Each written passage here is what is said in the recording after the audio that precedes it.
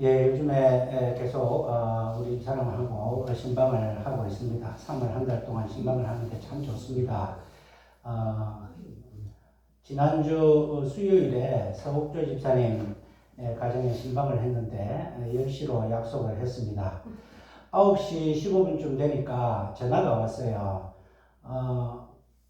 목사님이시지? 그래서 예, 집사님이시네요.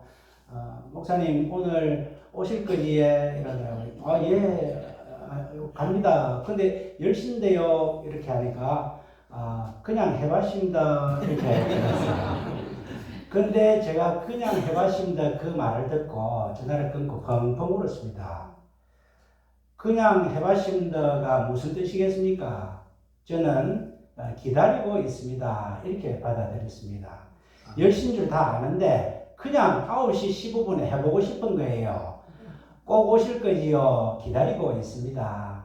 그런 마음이라 이 신방이 뭐라고 내가 뭐라고 이렇게 우리 서옥조 집사님이 기다리고 있구나. 성령님께서 은혜를 주셨는지 하여튼 그 너무 참 마음이 아프면서도 감사하면서도 그래서 많이 울었던 기억이 납니다. 우리의 기다림은 사랑인 것 같습니다. 우리의 인생은 다 기다림의 연속입니다. 자식이 지금은 저렇게 어려워도 언젠가는 제자리를 찾겠지 하는 기다림. 내가 지금은 질병이 있어도 언젠가는 낫겠지 하는 그런 기다림. 내 형편은 지금 어렵고 힘들지만 언젠가는 나아지겠지 하는 기다림. 나를 떠난 사람이 언젠가는 내게 돌아오겠지 하는 것이 기다림.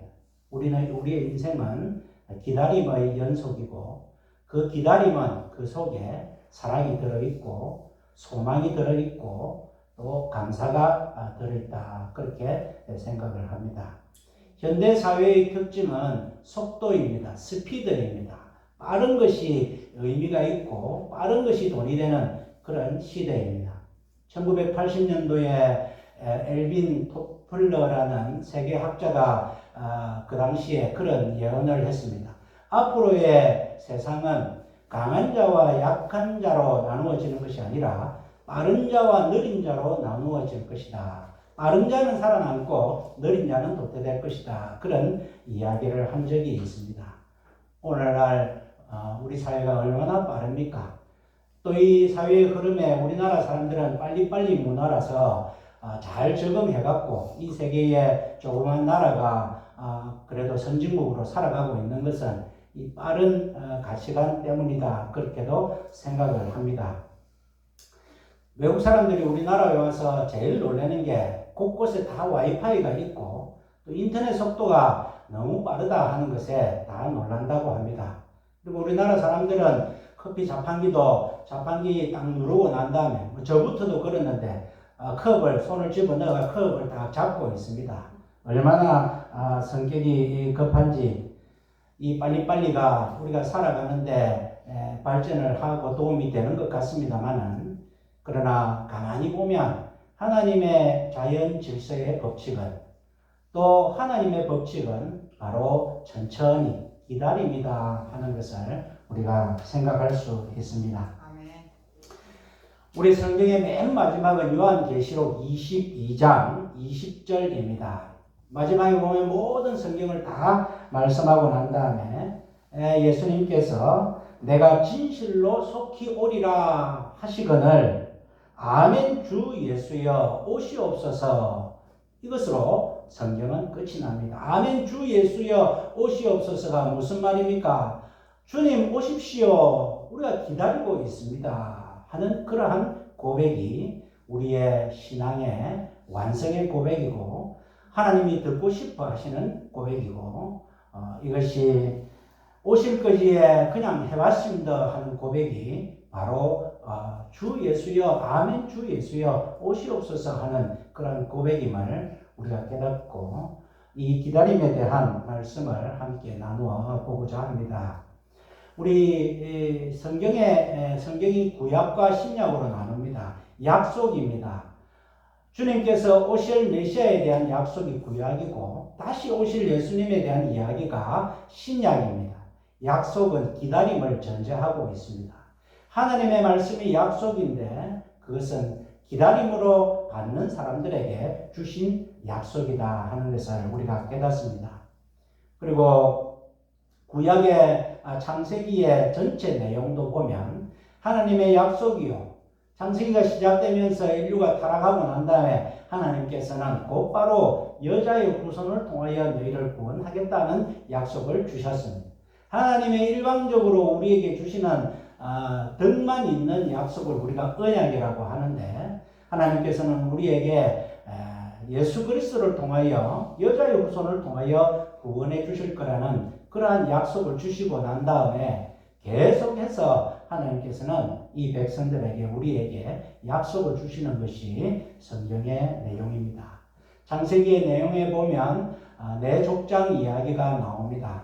아브라함을 선택하셨습니다. 하나님께서 아브라함을 찾으셔서 부르셔서 75세에 부르셨는데 약속하신 것이 무엇이냐? 내 자손으로 하늘의 별과 같이 땅의 모래와 같이 많게 하겠다. 그것을 하나님께서는 연거푸 약속을 하셨습니다. 내 씨로 말미암아 창세기 12장 2절에 내가 너로 큰 민족을 이루게 하겠다. 또 15장 5절에 하늘을 우러러 뭇별을 셀 수 있나 보라. 내 자손이 이와 같으리라. 또 22장 17절에 내 씨로 크게 성하여 하늘의 별과 같고 바다의 모래와 같게 하리라. 하나님께서는 아브라함이 흔들릴 때마다 계속해서 자손을 약속을 허락하여 주셨습니다. 그 자손도 반드시 네 씨로 말미암아 될 것이다. 나중에는 이삭이라는 이름까지 정해 주셨습니다.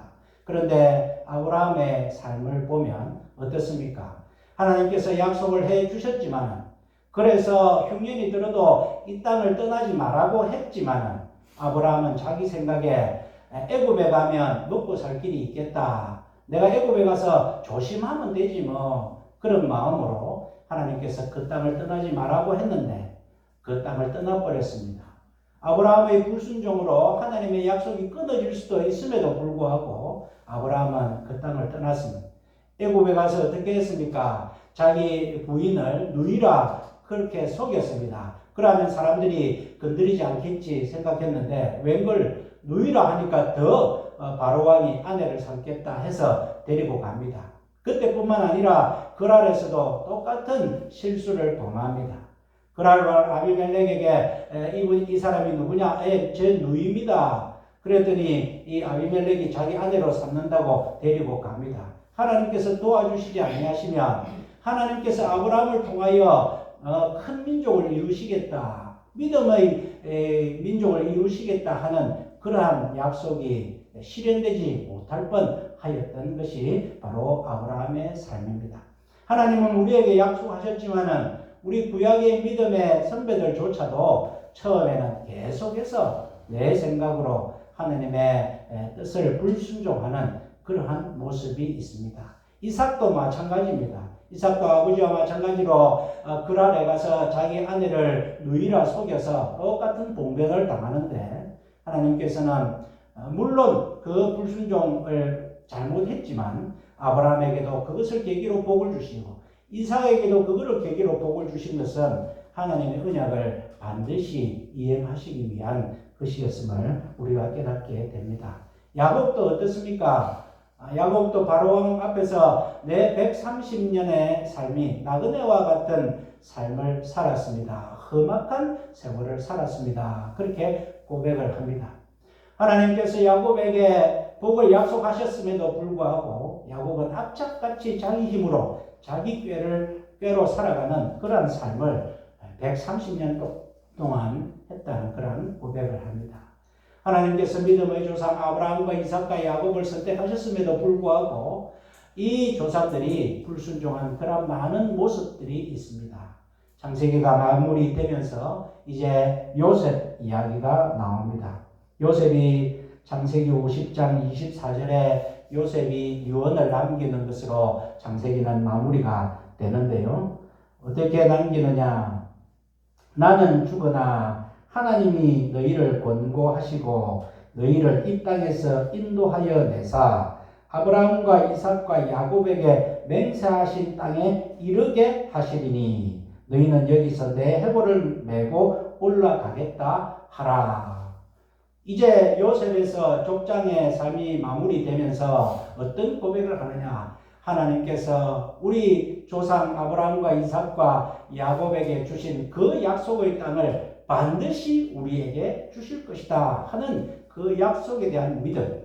그래서 반드시 여기서 나갈 때 내 해골을 취하여서 내 시체를 취하여서 그 우리의 약속의 땅에 가서 묻어달라 하는 그러한 약속을 바라보는 그러한 신앙으로 창세기는 마무리되고 있습니다.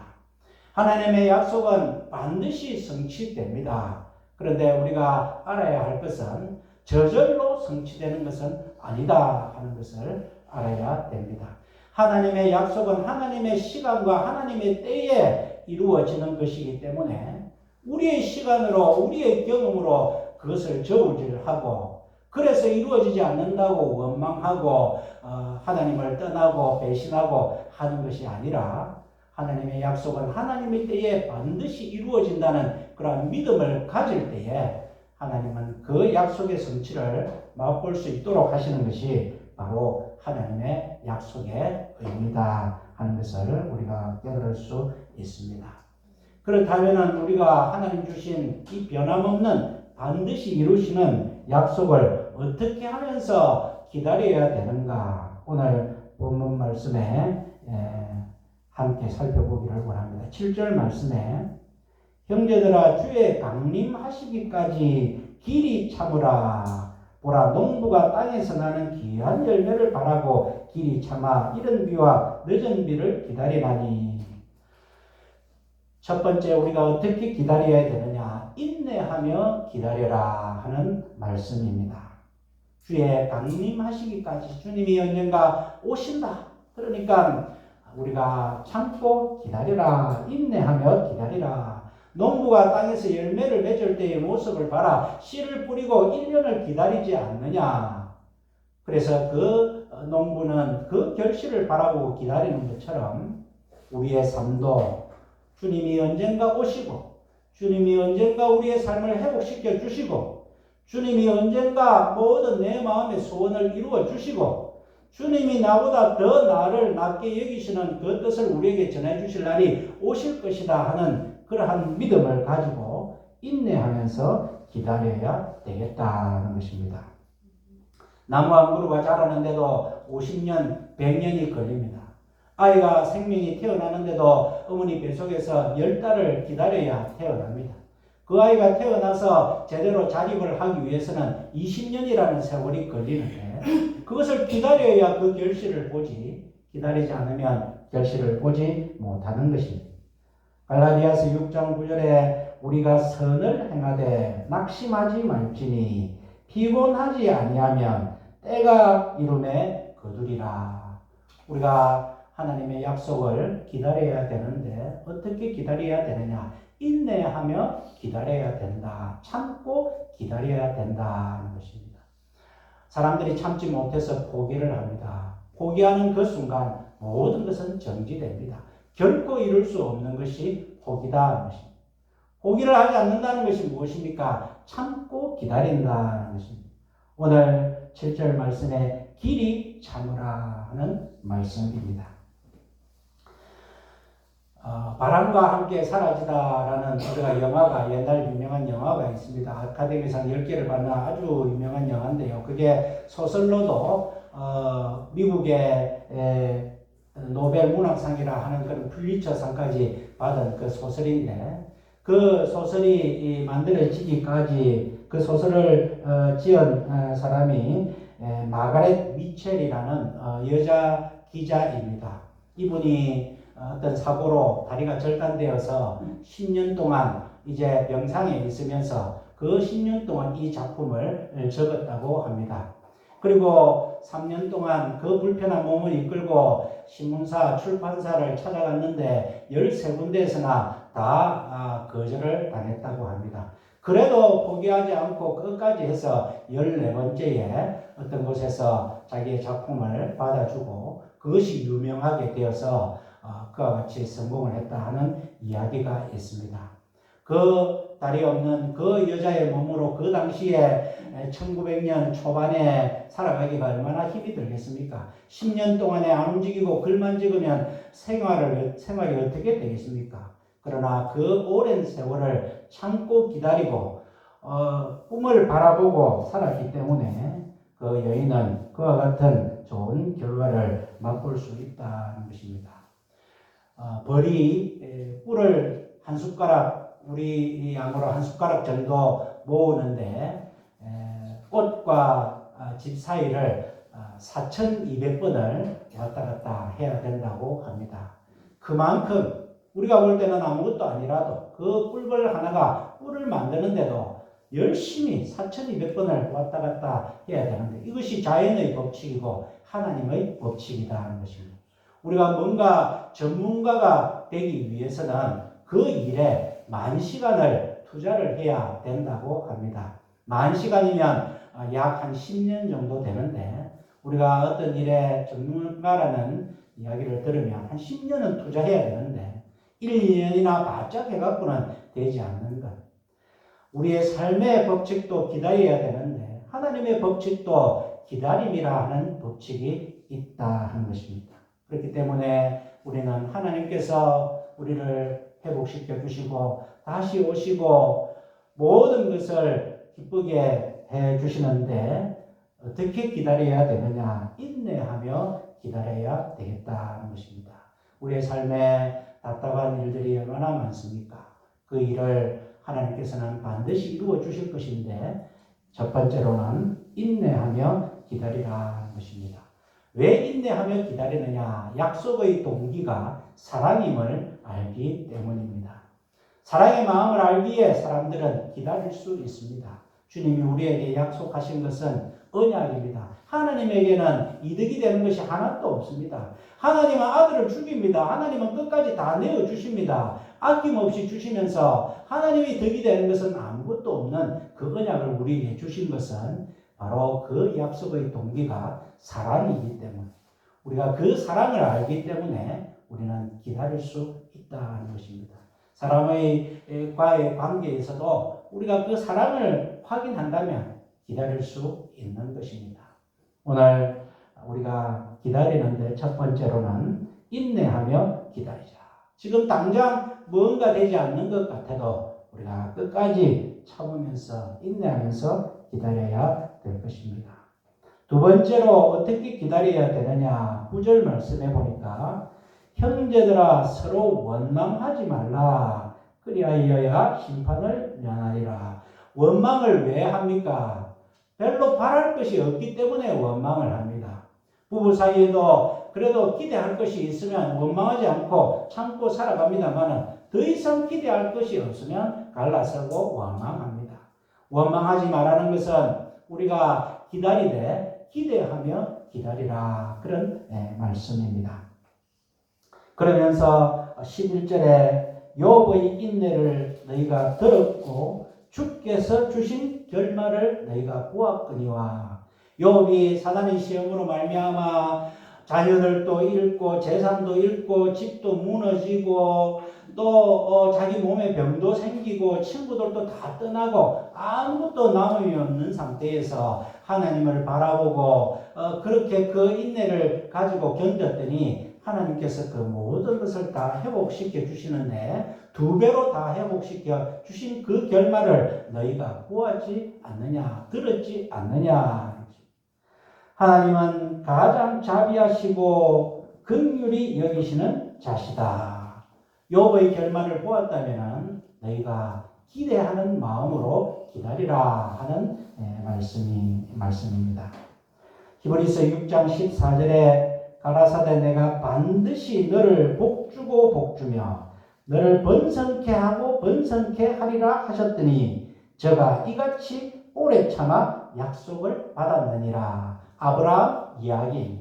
하나님께서 아브라함에게 내가 반드시 너에게 복주고 복주고 너를 번성케 하고 번성케 하고 2번씩이나 말씀을 하시면서 하나님께서 약속하신 것을 아브라함이 받았는데 저가 이같이 오래 참아 받았느니라. 아브라함 이야기를 하는 이유가 무엇입니까? 여러분들도 이와 같이 기대를 가지고 기다리라 하는 말씀입니다. 하나님께서는 우리에게 반드시 복주고 복주시고 반드시 경복케 하시고 경복케 하신다는 약속을 했습니다. 우리가 구원의 과정 중에 맨 마지막에 성도의 견인이 있습니다. 하나님은 한번 자기 자녀로 삼은 사람은 어떠한 일이 있더라도 때리고서 또 채찍질하고 나서라도 하나님은 기어이 우리를 인도하시고 데리고 가시는 것이 하나님의 마음이다 하는 것입니다. 하나님은 우리가 잘나서 우리를 선택한 것이 아니고 우리가 하나님의 마음에 맞게 잘 살아서 하나님이 우리를 구원하시는 것이 아니라 복 주시는 것이 아니라 우리가 하나님의 자녀라는 그 사실 하나 때문에 하나님은 우리에게 이미 복 주시기로 약속하셨다는 것입니다. 우리가 불순종하고 못나고 때로는 원망하고 때로는 옆길로 가더라도 하나님께서는 우리를 결코 포기하지 아니하시고 우리를 기어이 붙드시고 복 주시고 번성케 하고 번성케 하는 약속을 했기 때문에 이와 같이 너희도 오래 참아 기대를 가지고 참고 기다리라 그런 말씀입니다. 이사야에서 60장 22절에 그 작은 자가 천을 이루겠고 그 약한 자가 강국을 이룰 것이라 때가 되면 나 여호와가 속히 이루리라. 하나님께서는 성경에 이와 같은 약속을 얼마나 많이 하셨습니까? 이 전쟁은 나의 전쟁이다. 너희가 할 것은 아무것도 없다. 그런 말씀을 하시면서 내가 반드시 이기게 해주겠다. 강한 자가 작은 자가 어떻게 천을 이룰 수 있습니까? 약한 자가 어떻게 강국을 이룰 수 있습니까? 하나님께서 그렇게 하시겠다고 약속하셨기 때문에 하나님은 반드시 그렇게 하신다는 것입니다. 그렇기 때문에 우리가 기다리는데 어떻게 기다려야 되느냐? 소망을 가지고 기대를 하면서 기다려야 된다. 그러니 기다림은 바로 소망이다. 그렇게 말씀드릴 수 있습니다. 민수기에 보면 민수기 그 역사 40년 광야의 역사가 무엇입니까? 이스라엘 백성들이 하나님 앞에 불순종하는 역사로 가득 찼습니다. 그 불순종한 결과가 무엇입니까? 출애굽한 사람들 중에 여호수아와 갈렙 빼고는 그 모든 사람들이 광야에서 다 죽고 새 땅에 들어가지 못하는 그런 결과가 생겨났는데 민수기가 주시는 말씀은 하나님 앞에 너희 이스라엘이 불순종의 역사를 기억해라 하는 말씀입니다. 그 민수기 23장 19절에 보면 이스라엘 백성들이 이제 홍해를 건너고 홍해가 어떻습니까? 홍해 바다가 갈라지는 놀라운 기억을 하고 그들이 이제 수르 광야에 진입을 했습니다. 수르 광야에 3일 정도 진입을 했는데 마실 물이 없는 것입니다. 목이 말라갖고 있는 차에 보니까 작은 샘물이 있었습니다. 아, 너무 좋다 해가지고 먹어보니까 못 먹는 물, 쓴 물이었습니다. 그래서 이스라엘 사람들은 그것을 마라라 하는 이름을 붙였습니다. 쓴 물, 못 먹는 물이다. 그래서 이스라엘 사람들은 모세와 하나님을 원망하였습니다. 모세가 하나님께 기도하였습니다. 하나님, 이 백성들을 어떻게 할까요? 그랬더니 하나님께서는 거기에 보면 마른 나뭇가지 하나가 있는데 그 나뭇가지를 물에 던져라. 그러면 물이 쓴물이 단물이 된다. 그래서 순종해가지고 그 물을 마셨습니다. 그리고 나서 이스라엘 사람들은 조금 걸었는데 조금 걸으니까 엘림이라는 곳에 도착하였습니다. 그 엘림에 도착하고 보니까 엘림에는 물샘이 12개나 있고 종려나무가 70그루나 있는 큰 오아시스가 있었다는 것입니다. 마라에서 엘림까지는 약 11km 정도 된다고 합니다. 사람 걸음으로 한 3시간 정도면 갈 수 있는 곳입니다. 이스라엘 백성들이 홍해의 기적을 맛보면 하나님에 대한 기적, 바다가 갈라지는 기적을 맛봤다면 인간적으로 적어도 한 달은 가야 하나님께서 우리를 책임져 주실 것이다 하는 한 달은 가야 되는데 3일을 가지 못하고 하나님을 원망하는 것이 이 백성들이다 하는 것을 하나님은 지적해 주고 있습니다. 3시간 가면 하나님께서 그 엘림이라는 12샘이 있는 좋은 물을 준비하시고 그 70그루나 되는 종려나무가 있는 그늘을 준비하시고 있음에도 불구하고 그 3시간을 못 참아서 하나님을 원망하고 모세를 원망하는 그 어리석음을 지적하고 있습니다. 오늘 우리가 하나님의 뜻을 보기 위해서는 기다려야 되는데 어떻게 기다려야 되느냐? 두 번째, 기대하며 기다려야 된다. 소망의 마음으로 기다려야 된다는 것입니다. 기다리는 자에게 예수님은 네 믿음대로 되리라. 모든 환자들 네가 낫기를 원하느냐? 예수님 앞에 나왔습니다. 봉사도 겉옷을 벗고 뛰어왔습니다. 안전뱅이도 왔습니다. 또 중풍 걸린 자도 왔습니다. 와서 그들은 예수님이 해주실 것을 기다립니다. 네 믿음대로 될 것이다. 네가 낫고자 왔으면, 내가 낫을 수 있다고 생각한다면 그래 왔으면 나서라 하는 것이 주님의 명령이고 주님의 방식이다 하는 것입니다. 그래서 우리는 기다리는데 하나님께서 하실 것을 생각하며 반드시 복 주신다면 주시겠지. 아들을 주신다면 주시겠지. 아들을 주셨으면 다 주신 것인데, 다 주신 건 내가 부족해서 못 받았는데, 내가 말씀으로 바로 살면 다 주시겠지 라는 그런 기대의 마음을 가지고 기다려야 될 것입니다. 세 번째로 8절 말씀에 보니까 너희도 길이 참고 마음을 굳게 하라. 참는데 마음을 굳게 하면서 참는 것이 무엇입니까? 잠잠히 기다리라 하는 말씀입니다. 성경에 보면 많은 곳에 하나님께서 가만히 있어라, 잠잠히 기다리라 하는 말씀이 많습니다. 시편 37편 7절에 보면 여호와 앞에 잠잠하고 참아 기다리라. 의인이 땅을 차지하며 거기 영영이 거하리로다. 또 시편 46편 10절에 너희는 가만히 있어 내가 하나님됨을 알지어다. 홍해 바다가 가로막혀 있을 때에 그들이 두려워하고 했을 때 또 하나님께서 여호와께서 너희를 위하여 싸우시리니 모세를 통하여 너희는 가만히 있을지니라. 하나님께서 이 백성들이 하나님에 대한 불순종 믿음이 없을 때마다 너희는 가만히 있어라, 잠잠히 기다려라, 그런 말씀을 많이 주셨습니다. 이사야서 30장 18절에 그러나 여호와께서 기다리시나니 이는 너희에게 은혜를 베풀려 하심이요 일어나시리니 이는 너희를 긍휼히 여기려 하심이라. 대저 여호와는 공의의 하나님이시라. 무릇 그를 기다리는 자는 복이 있도다. 우리가 하나님을 확실히 믿고 기다린다면 요동하지 않는다는 것입니다. 기다리기는 기다리는데 잠잠히 기다린다는 것입니다. 이것이 너희가 기다리는데 마음을 굳게 하고 기다리는 것입니다. 세 번째로 우리가 어떻게 주님의 약속을 기다려야 할 것인가? 마음을 굳게 하고 기다리는데 잠잠히 기다리라 하는 것입니다. 우리에게 어려움이 옵니다. 힘듭니다. 다른 사람의 도움을 의지할 수도 있습니다. 기도도 해야 되겠죠. 그러나 그 모든 중심에는 하나님이 이루실 것을 바라보고 확실히 믿음을 가지고 잠잠히 기다리는 그런 믿음이 우리의 삶에 있어야 될 줄로 압니다. 오늘도 말씀해 보니까 여호와께서 기다리시나니 이는 너희에게 은혜를 베풀려 하시며 하나님께서도 기다리신다고 하셨습니다. 하나님도 하나님의 때를 위하여서 기다리시고 때가 되므로 여호와께서 일어나시려니 이는 너희에게 긍휼을 베풀려 하심이라. 하나님도 우리에게 은혜를 주시고 긍휼을 베풀기 위해서는 기다리시고 일하시는 그런 것이 있는데 우리가 왜 기다리지를 못하겠습니까? 우리가 어려운 환경 가운데서도 여러 가지 약한 모습 가운데서도 오늘 우리는 잠잠히 기다리는 그런 기다림이 있어야 될 줄로 압니다.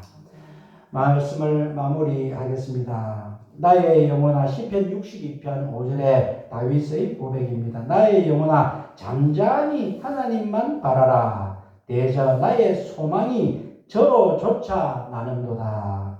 오직 그만 나의 반석이시요 나의 구원이시요 나의 산성이시니 내가 요동치 아니하리로다. 나의 구원과 영광이 하나님께 있으며 나의 힘의 반석과 피난처도 하나님께 있도다. 확실히 하나님이 나의 구원과 영광이시라고 믿는다면, 또 하나님께서 나의 힘의 반석이고 피난처이심을 믿는다면 오늘 요동치 아니하고 기다리라 하는 것입니다. 잠잠히 기다리라 하는 것입니다. 기대하며 기다리라 하는 것입니다. 인내하며 기다리라 하는 것입니다. 그래하여야 우리의 신앙의 맨 마지막 주 예수여, 아멘, 주 예수여 오시옵소서. 주님 오십시오. 언제라도 오십시오. 빨리 오시면 더 좋습니다. 우리가 기다리고 있습니다. 그런 우리의 신앙을 가질 때에 하나님께서 얼마나 감동하시겠습니까? 하나님이 만드신 우리의 삶도 기다림의 삶인데 우리가 이와 같이 인내하며 기대하며 잠잠히 요동치 아니하고 기다리면서 하나님의 뜻을 바라보고 나에게 주어진 역할을 열심히 다할 때에 하나님께서는 하나님의 때에 하나님의 방식으로 우리의 모든 것을 회복시켜 주실 줄 믿고 그 믿음으로 승리하시는 저와 여러분들의 삶이 되시기를 주님의 이름으로 축원드립니다. 아멘. 아멘. 사랑과 은혜의 하나님 아버지, 우리는 어리석어서 기다리지를 못하고 우리의 생각과 우리의 기준으로 우리의 시간으로 하나님이 드디어 오신다, 하나님이 우리를 잊으셨다, 하나님은 우리를 버리셨다, 그렇게 판단하면서 삶을 좌절하고 포기할 때가 있습니다. 하나님 아버지, 오늘 말씀을 주셔서 하나님의 약속은 반드시 이루어지는 것이며 하나님의 약속은 우리에게 반드시 복주고 복주며 우리를 굳세게 하고 굳세게 한다는 그 약속임을 오늘 우리로 깨닫게 하여 주셔서 감사를 드립니다. 하나님의 기다림도 우리에게 은혜를 주시기 위하심이요, 하나님께서 일어나심도 우리를 긍휼히 여기시는 것임을 우리가 깨달았사오니 하나님 아버지, 오늘도 주신 말씀처럼 우리가 사랑의 마음으로 소망을 가지고 인내하며 우리 하나님이 약속하신 그 약속을 기다리면서 잠잠히 기다리고 기대하며 기다리며 하나님의 약속의 성취를 맛보는 우리 모두가 되게 하여 주시옵소서. 예수님 이름으로 기도하옵나이다. 아멘.